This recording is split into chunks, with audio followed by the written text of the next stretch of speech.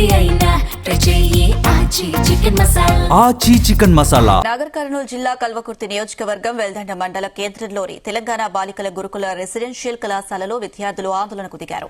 తమకు పురుగుల అన్నం పెడుతున్నారని విద్యార్థులు ఆందోళనకు దిగారు. హైదరాబాద్ శ్రీశైలం జాతీయ రహదారిపై బైఠాయించి ప్రిన్సిపల్ ను సస్పెండ్ చేసి తమకు న్యాయం చేయాలని రోడ్డు మీద ఆందోళన చేపట్టారు.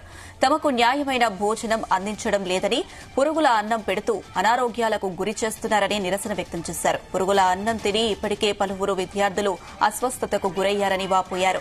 ప్రిన్సిపల్ స్వర్ణలత ఏకపక్ష నిర్ణయాలతో తమను భయభ్రాంతులకు గురిచేసి వారి ఆరోగ్యాలతో చెలగాటమాడుతున్నారని మండిపడుతున్నారు. వెంటనే ప్రిన్సిపల్ ను సస్పెండ్ చేయాలని, మెనూ ప్రకారం నాణ్యమైన భోజనం పెట్టాలని డిమాండ్ చేస్తున్నారు.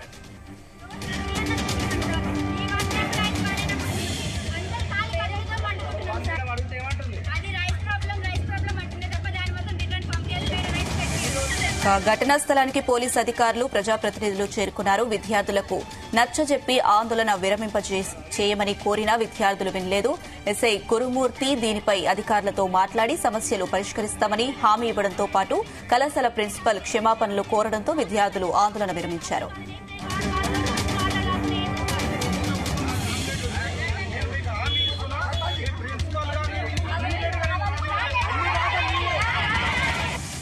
సెకండ్ ఇయర్ చదువుతున్నా. మా హాస్టల్లో మాత్రం చాలా ప్రాబ్లమ్స్ ఉన్నాయి సార్.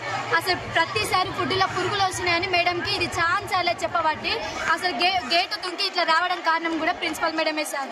అసలు మాకు ఫుడ్లో ఇట్లా పురుగులు వచ్చినాయి మేడం అని అంటే అది మీరు లైట్ కింద కూర్చొని తింటురమ్మా, అది మా ప్రాబ్లం కాదని చెప్తారే తప్పించి మేడం సరే నేను మంచి ఫుడ్ తెప్పిస్తా, మంచి రైస్ తెప్పిస్తా తినురే అని మాత్రం ఏనాడు అనలేదు సార్.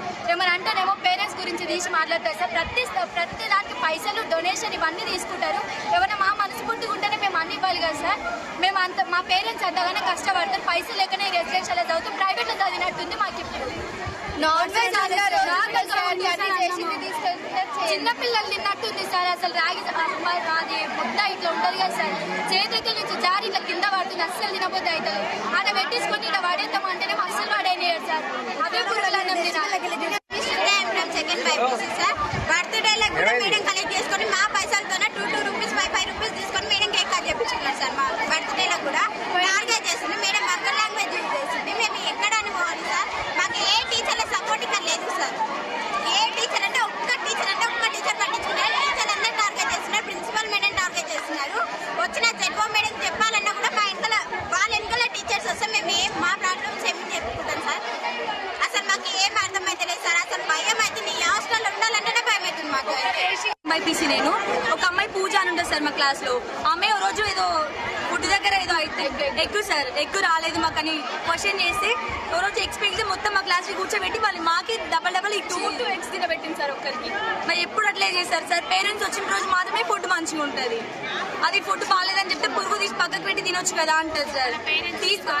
వండిన ప్రతిరోజు ఫుడ్ సగం అక్కడ పోయినాకనే మా దగ్గరికి వస్తుంది సార్. నేను కూడా తింటున్నా అంటది. అది సరిపోతే నేను తింటలేను అంటది. అన్ని ఆమెనే మాట్లాడుతుంది సార్. మాకు అర్థం కూడా అయిపోలేదు అసలు ఏం చేయాలో. తీసేయాలి సార్. సార్ ఈడ అప్పుడు మేము ఈడ ఫేస్ చేసినట్టు అక్కడ కూడా ఫేస్ చేస్తారు. ఒక 2 వీక్స్ తర్వాత నెక్స్ట్ సార్ అసలు నెక్స్ట్ ఇయర్ మా ఫస్ట్ ఇయర్ వాళ్ళు కూడా ఫేస్ చేసేది ఇదే. వాళ్ళు భరించొద్దు సార్. ఈ నరకం భరించొద్దు సార్. ఏమన్నా ఒక క్వశ్చన్ తీసి మాట్లాడితే ఆర్టికల్ చాపేస్తా అంటారు సార్. ఎవరు భయపడదు సార్. మేము ప్రేయర్ లో కళ్ళు తిరిగి పడితే అది వాళ్ళ ప్రాబ్లం సార్. కాబట్టి అది వాళ్ళ ప్రాబ్లం అని ఒక్క మాట అంటారు తప్పించి ప్రతిసారి వాళ్ళు ఇట్లా ప్రాబ్లం ఉంది నేను పెట్టిస్తాను మాత్రం ఏనాడు అనలేదు సార్. మేడం అయితే కడుపు నొప్పి వస్తుందంటే ఒక అమ్మాయికి అపెండిక్స్ ఆపరేషన్ అయింది సార్. ఒక 5 years తీసుకోకుండా అమ్మాయికి చనిపోయేదని చెప్పారు.